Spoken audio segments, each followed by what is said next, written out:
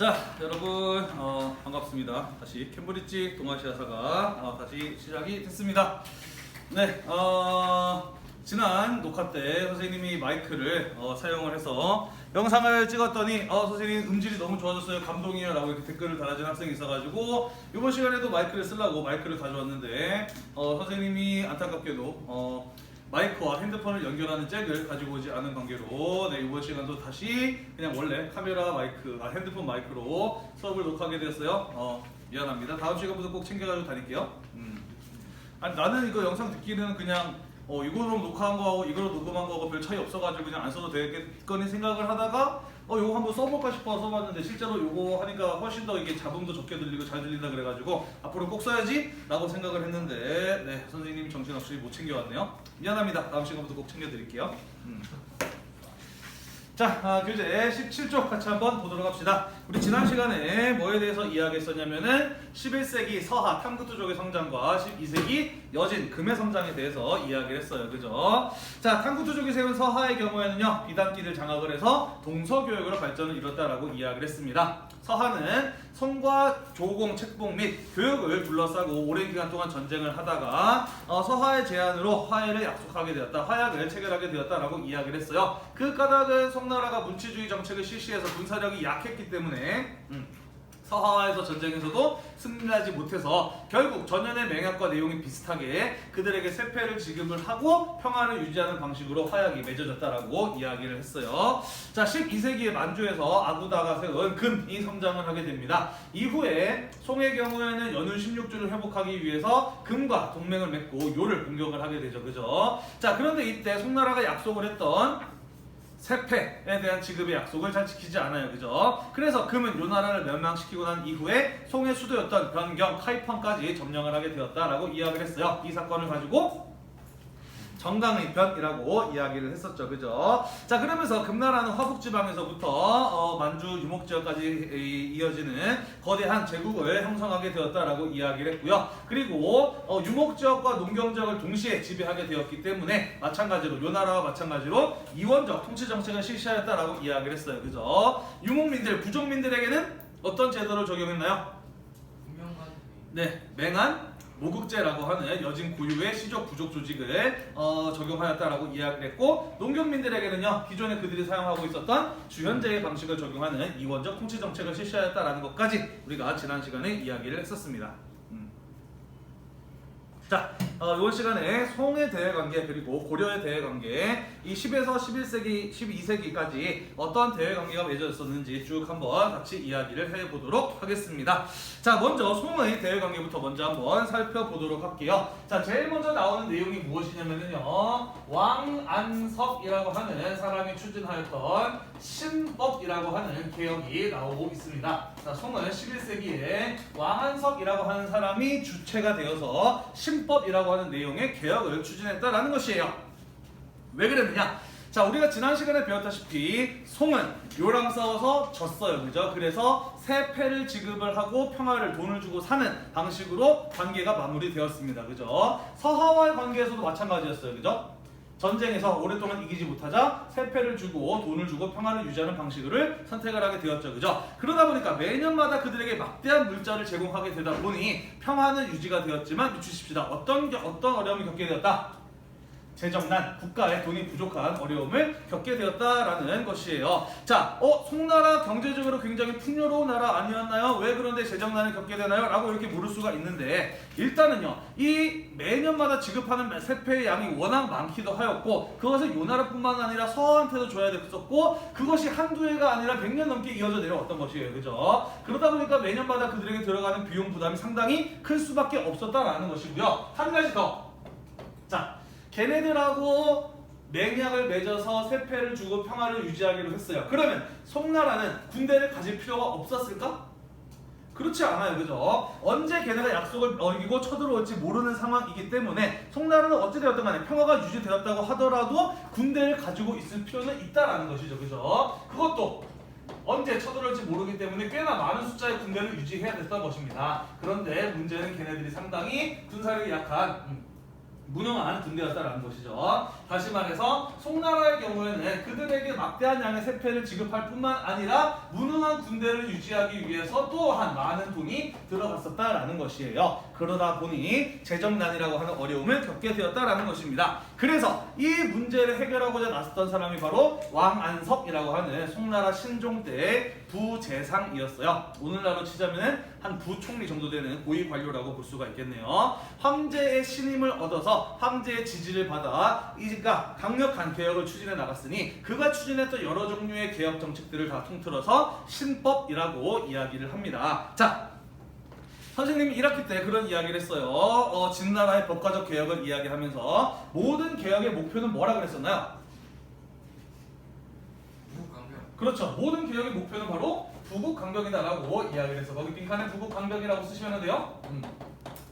지금 송나라가 가지고 있는 문제가 뭡니까? 군사력이 약해서 다른 민족과의 관계에서 돈을 주고 평화를 유지하다 보니까 돈이 없어졌어요. 그죠? 따라서 이 송나라가 해결해야 될 문제 두 가지는 군사력의 강화와 재정의 확충이 두 가지 문제인 거예요. 그죠? 신법은 바로 그러한 목표를 달성하기 위한 개혁의 시도였다라는 것입니다. 하지만 결론부터 이야기하자면 신법은 밑줄 칠게요. 당쟁의 격화로 흐지부지 되어버리고 맙니다. 오히려 이 신법을 추진해 나가는 과정에서 정치가 혼란해지게 됨에 따라 국력이 더욱더 약화되는 그러한 결과를 가져왔다라는 것이에요. 자, 우리 교과서에서는 이렇게만 설명을 하고 있고 또 문제도 이것만 알아도 문제는 풀 수가 있을 텐데요. 우리 캠브리지 동아시아사 시간에 교과서에 나와 있는 내용만 알고 넘어가는 시간이 아니라 왜 그랬는지에 대해서 자세하게 살펴보는 이유를 설명을 하는 유익한 시간이잖아요. 그죠?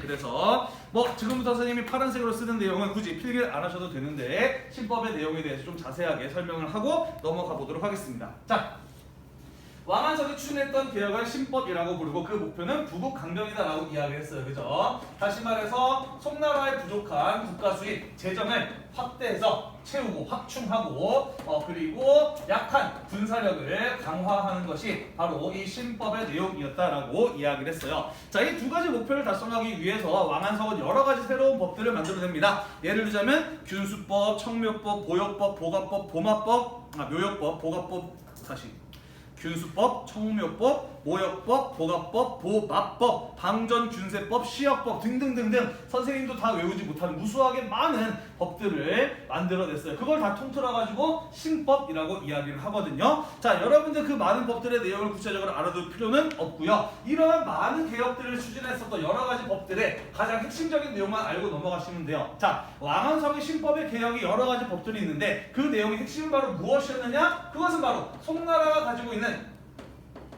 소득 불균형의 문제를 해결하는 데 초점이 맞춰져 있었다라는 것이에요. 다시 말해서 나라가 부유하고 강해지려면 백성들이 잘 먹고 잘 살아야 됩니다. 이건 언제나 어느 시대나 마찬가지예요. 그죠? 송나라 상당한 경제적 발전을 이루었지만 문제는 그 경제 발전의 성과가 백성 모두에게 돌아가는 것이 아니라 일부에게 국한되었다라는 것이죠.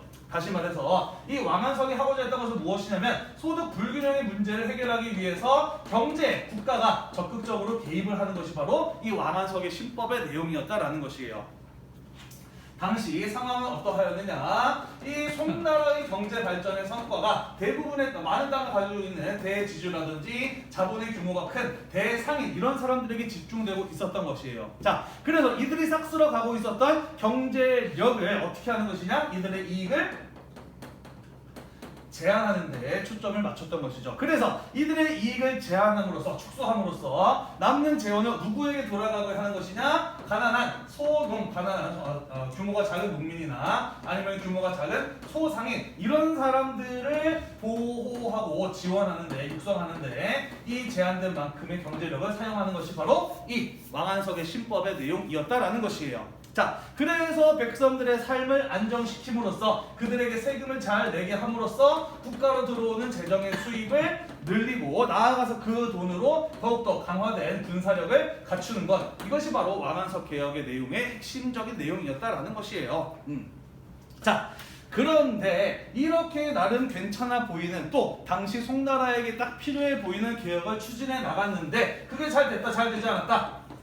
잘 되지 않았다. 왜 잘 안 됐느냐? 바로 당쟁이 격화되어서였다라고 이야기를 했어요. 그죠? 당, 우리가 알고 있는 무슨 당 있잖아요, 그죠? 이 관료 집단이 두 개의 정당으로 나뉘어서 그들끼리 싸우는 바람에 이것이 제대로 해결되지 못했다라는 거예요. 좀 더 자세하게 이야기를 해보도록 할게요. 자, 이 왕안석이 개혁이 추진해 나가게 되자 그 왕안석의 개혁을 지지하는 관료들은 신법당이라고 불리게 돼요. 그리고 이 왕안석의 개혁에 대해 반대하는 사람들을 가지고 기존의 법체제를 선호하는 사람들이다라고 하는 의미에서 구법당이라고 불리게 되는데, 문제는 신법당이 송나라 관료들 중에 다수였을까요? 구법당이 송나라 관료들 중에 다수였을까요? 구법당. 네, 신법당이 소수이고 구법당이 다수를 차지했다라는 것입니다. 왜 그럴까?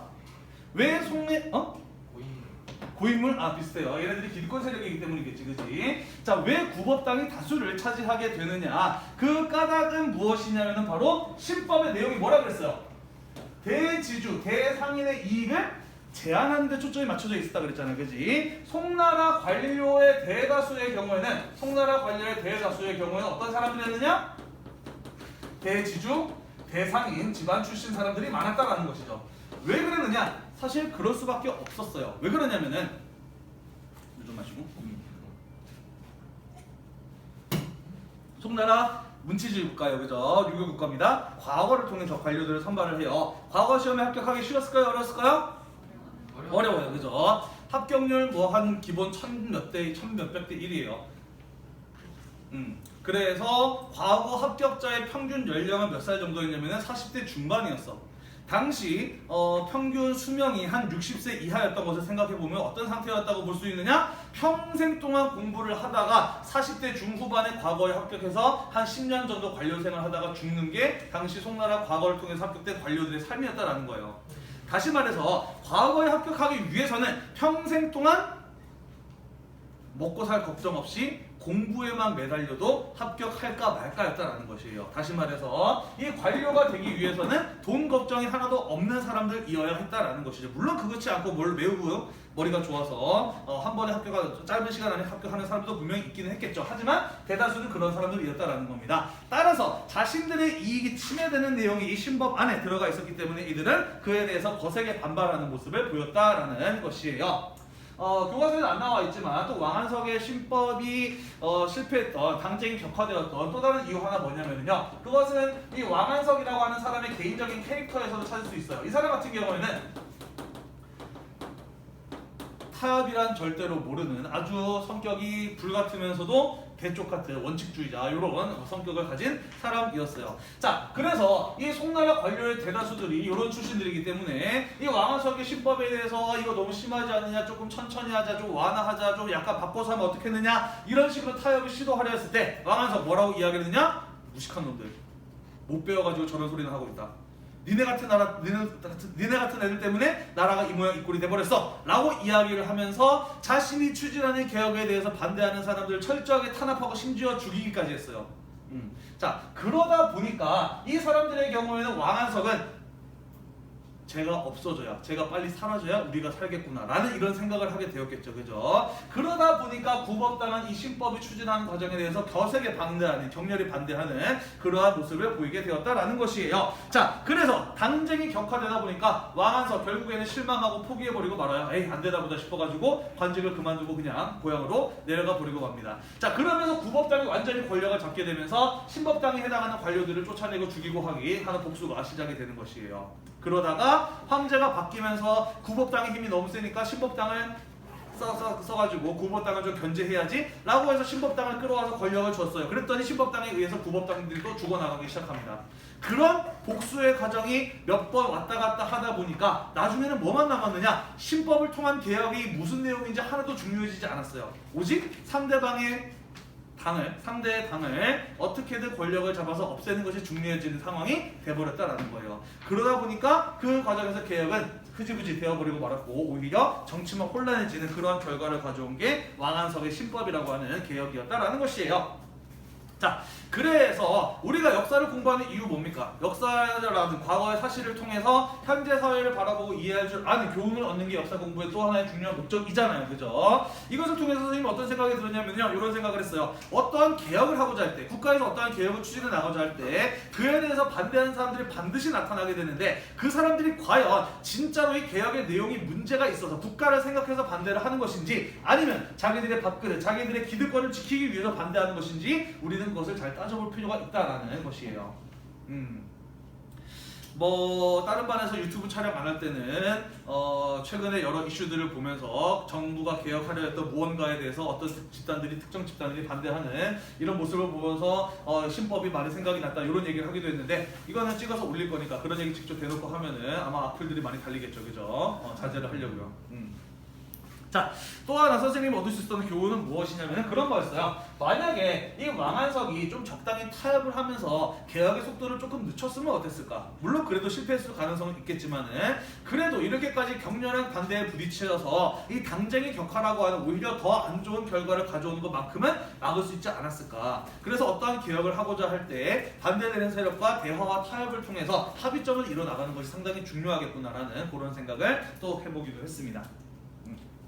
자, 아무튼 그래서 왕한석이 개혁을 추진했으나 그것이 오히려 국력을 약화시키는 결과를 가져왔다라는 것이고요. 결국에는 이후에 송나라가 금의 침입을 막게 되었을 때 그것을 막아낼 능력이 없었기 때문에 북송은 멸망을 하게 되고 황족의 일부가 이만 항저우로 탈출해서 새로운 송나라를 세웠으니 그게 바로 남송이었다라는 것이에요.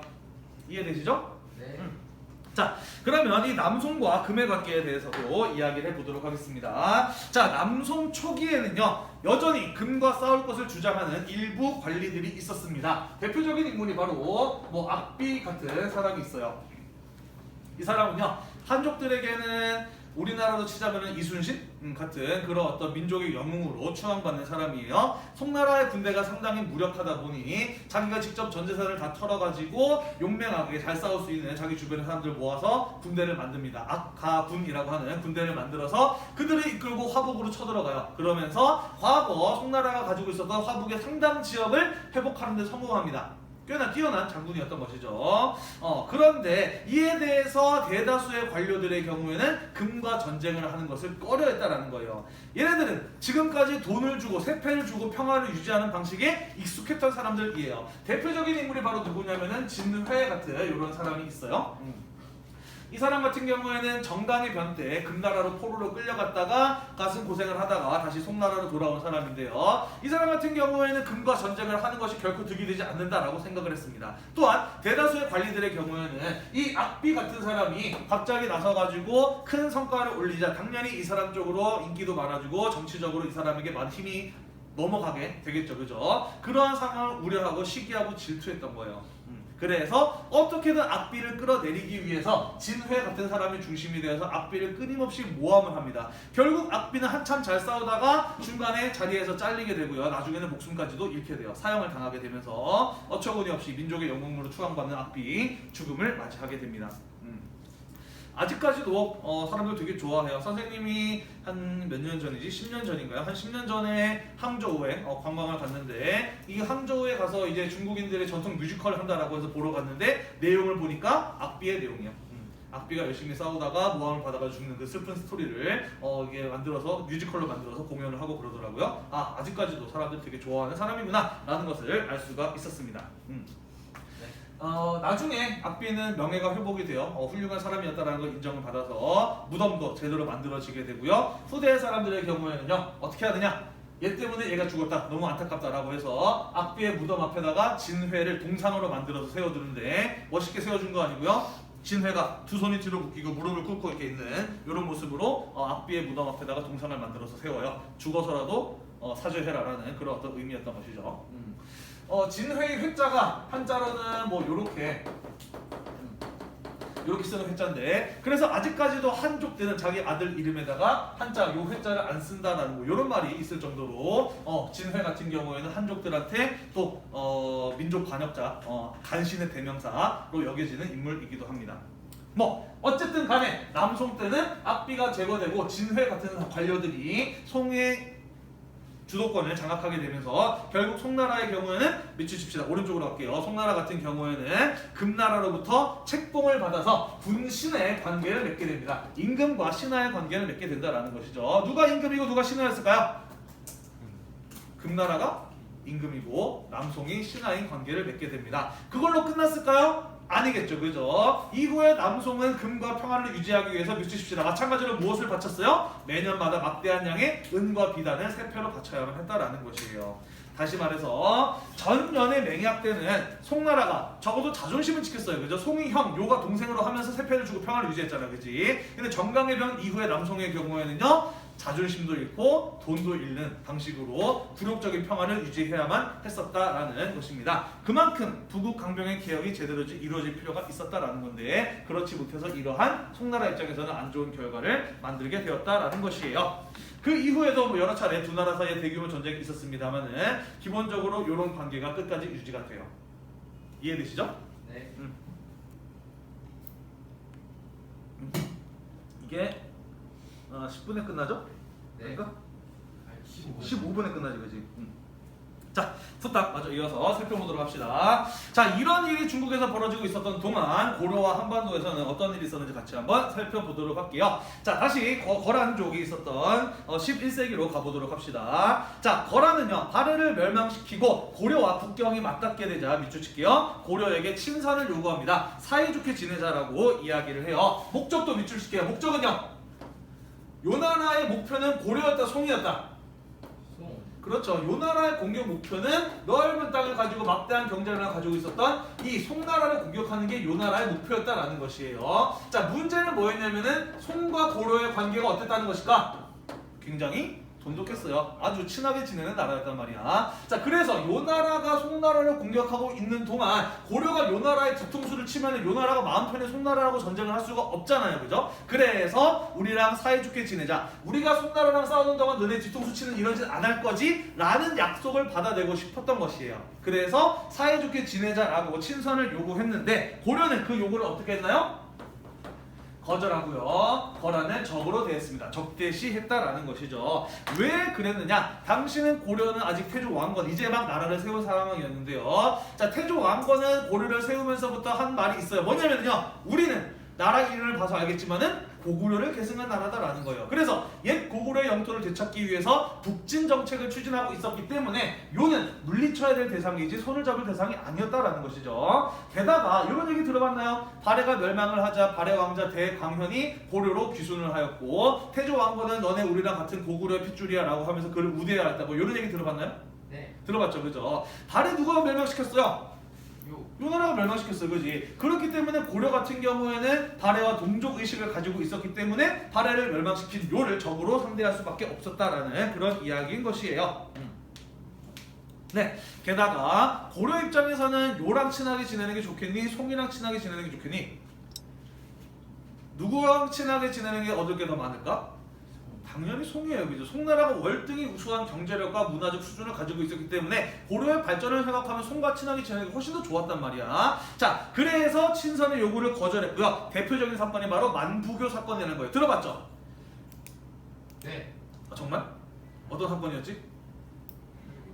네, 어떤 사건이었냐면은 요 나라에서 고려한테 사이좋게 지내자고 낙타를 몇십 마리를 보냈죠. 그랬더니 고려태조 왕건이 니네랑 사이좋게 지낼 생각 없어 라고 하면서 요 나라군의 낙타를 만부교란 다리 밑에다가 전부 다 메어놓고서는 굶겨 죽이죠. 그리고 낙타를 데리고 온 거란에 사시는 무인도에다가 던져버려요. 그래서 거란은 송과 마음 편히 싸우려면은 고려를 우리가 확실하게 제압해놓고 밟아놓고 싸울 필요가 있겠구나라고 생각을 하게 되면서 993년에 소손영이 우리 측 기록으로는 80만 대군이라고 하는데 그렇게 많지는 않았을 것 같거든요. 아무튼 소손영이 이끄는 요 나라 거란의 군대가 고려를 침공해 오게 되는 것입니다. 자, 이 소손영의 군대에 맞섰던 고려의 문관 누구였나요?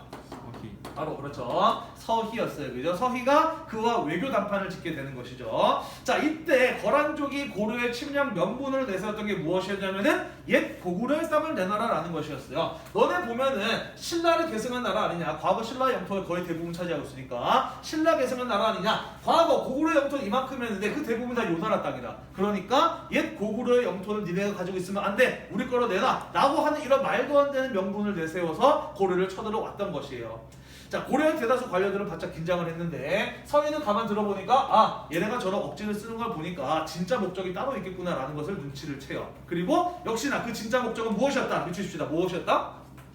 진짜 목적은 송나라를 공격하기 전에 배후를 안정시키는 것이 그 진짜 목적이었다라는 것이에요. 자, 그래서 소손령을 만나서 소손령이 서희한테 옛 고구려 땅을 내놔라 라고 이야기를 하니까 서희가 나라 이름을 봐도 진짜 고구려를 계승한 나라는 우리잖냐, 그렇기 때문에 옛 고구려의 땅을 내놔야 되는 건 우리가 아니라 니네가 내놔야 되는 거 아니냐 라고 이렇게 따지니까 소손령이 벙쪄서 아무 말도 못하고 있었던 것이죠. 자, 그러면서 서희가 뭐라고 이야기를 하느냐, 우리도 사실 너네랑 친하게 지내고 싶은데 여기에 여진족들이 활동을 하고 있어서 너네랑 마음 편히 교류를 할 수가 없다라고 이렇게 이야기를 하죠. 그래서 여기 땅을 우리 땅으로 넘겨주면은 우리가 안정적으로 여진에 대한 걱정 없이 너네랑 사이좋게 지낼 수 있을 것 같다라고 이렇게 이야기를 합니다. 그 땅이 바로 무엇이에요? 그렇죠. 그 유명한 강동 육주죠. 한국 사시간에 다 배웠죠, 그죠?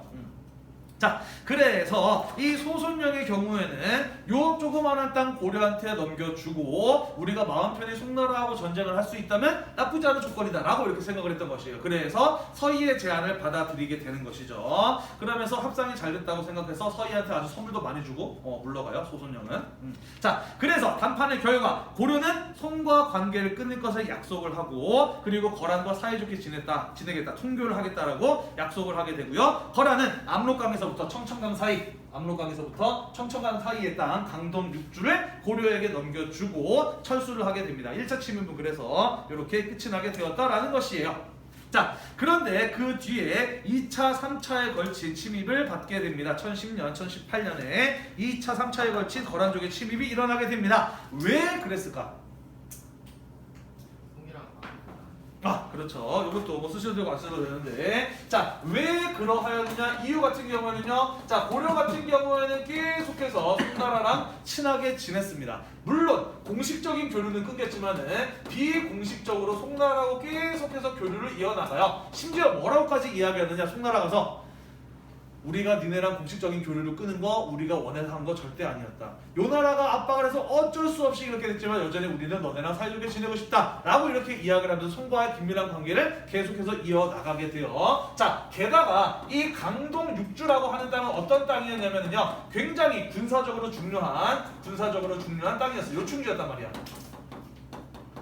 이 강동 6주를 달라고 이야기를 할 때 고려는 니네랑 사이좋게 지내기 위해서 여기를 달라라고 이야기를 했는데 실제로 강동 6주를 얻고 난 다음에 고려가 한 일은 무엇이느냐? 거기를 군사기지로 만들어버려요. 요새화시켜버립니다. 자, 강동 6주 군사적 요충지라고 했잖아, 그지? 예를 들자면은 강감찬의 무슨 대첩? 귀주 대첩이잖아, 그지? 그 귀주도 강동 6주 중에 하나예요. 그만큼 군사적으로 굉장히 중요한 땅이었다라는 거지.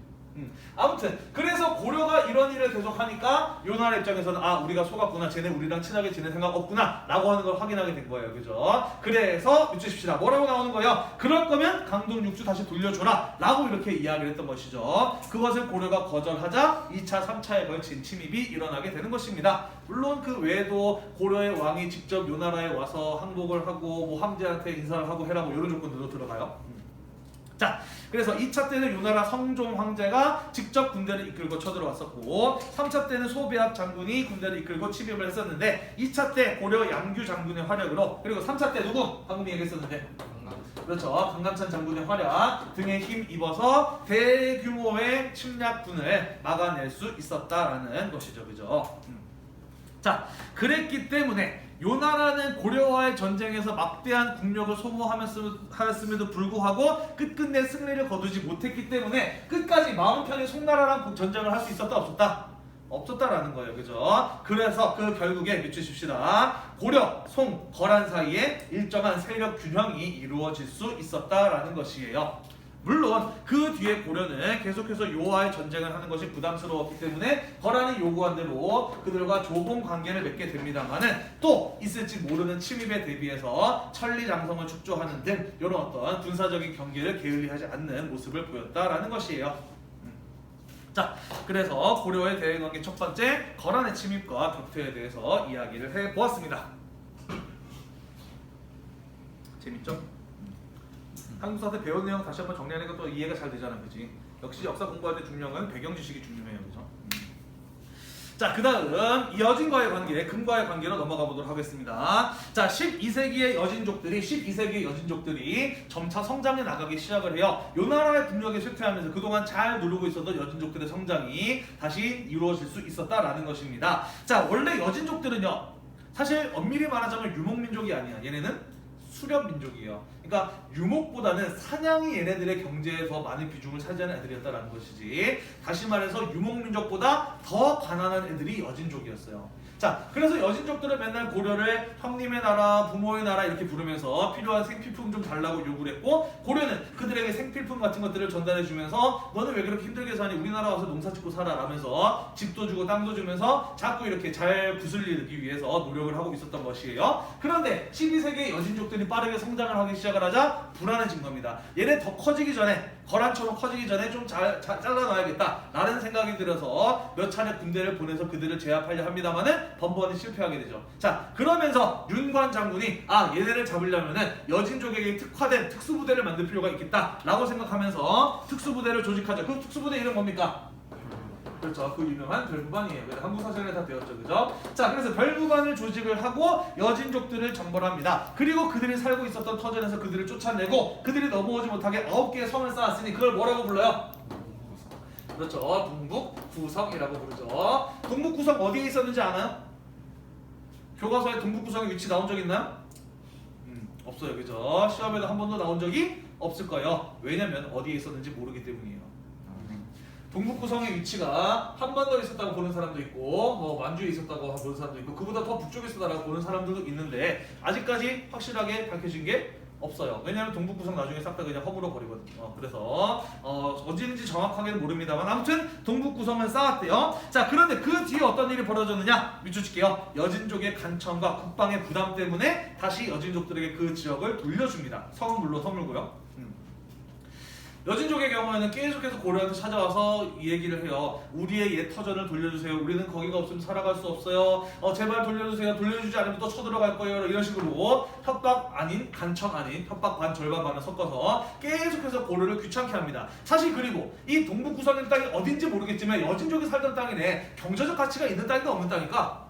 거의 없는 땅이에요. 그 경제적 가치가 없는 땅을 지키기 위해서 막대한 군대를 거기에 유지시키는 거, 그 또한 고려 입장에서는 상당히 큰 부담이 아닐 수가 없었다라는 거죠. 자, 그래서 그래 쟤네가 저렇게까지 이야기하는데 믿어도 되겠지 뭐 라고 하면서 돌려주려고 합니다.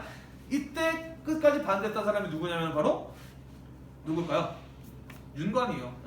니네가 안 싸워봐서 모르는 쟤네 믿을만한 애들이 절대 아니다. 저거 돌려주면 쟤네 걷잡을 수 없이 세져가지고 그때 가게 되면은 돌이킬 수 없는 일이 벌어질 것이다 라고 여러 차례 경고를 합니다만은 사실 윤관이 잘 나가는 것을 또 마찬가지로 시기하고 질투하는 사람들이 있었어요. 그래서 윤관의 말이 묵살되고 동북구성을 다시 여진족에게 돌려주게 됩니다. 윤관은 그 사실을 보고 분통이 터져가지고 열받아서 화병이 나서 죽어요. 자, 아니나 다를까 윤관의 예언대로 그 뒤에 여진족이 성장하게 되면서 금나라 건국하고 요나라 멸망시키고 정강해변 이후에 북송까지 멸망시키면서 화북지방까지 차지하는 거대한 나라로 성장을 하게 되죠. 그러면서 이번에는 고려에게 뭐라고 이야기하느냐? 믿으십시다. 뭘 요구해요? 4대 관계, 군신의 관계를 요구하게 됩니다.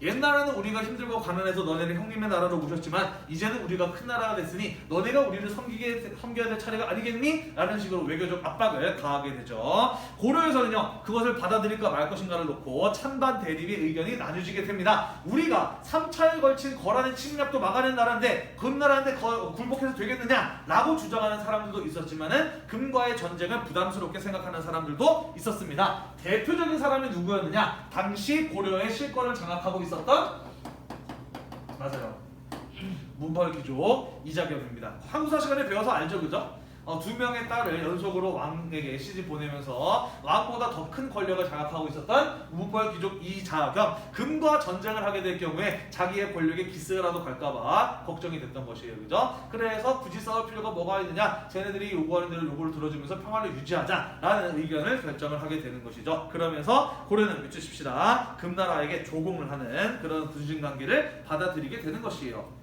묘청의 서경천도 운동 배운 기억나나요? 거기 보면 여러 가지가 나오지, 그지? 여러 가지 묘청의 주장들 가운데 금국정벌이라는 말도 들어갑니다. 뭐예요? 금나라와 맺은 굴욕적인 관계를 끊자라는 얘기잖아, 그지? 그런 내용들은 왜 나오는 것이냐? 이자겸 같은 문벌 귀족들이 자신의 권력을 지키고자 금나라가 요구했던 4대 관계를 받아들였기 때문인 것이거든요. 자, 하지만 이후에 고려는 남송과 해상 교역을 비롯한 문물 교류를 계속 지속하였다라는 그런 내용들이 교재에 나와 있습니다. 그러다가 1200년대 13세기로 가게 되면서 몽골족이라기 등장을 하게 되고요. 칭기스칸과 몽골족이 등장을 하게 되면서 동아시아의 국제 정세는 또다시 급격하게 바뀌게 되는데 그 내용은 우리가 다음 시간에 마저 이어서 살펴보도록 하겠습니다. 오늘이 9월 7일이죠, 그죠? 자, 오늘도 수업 끝나고 대단히 고생 많으셨고요. 다음 시간에는 꼭 잊지 않고 마이크 가져와서 양질의 음질의 수업을 제공해 드리도록 할게요. 잘 녹화되고 있는 거지? 네. 꺼주세요. 수고하셨습니다.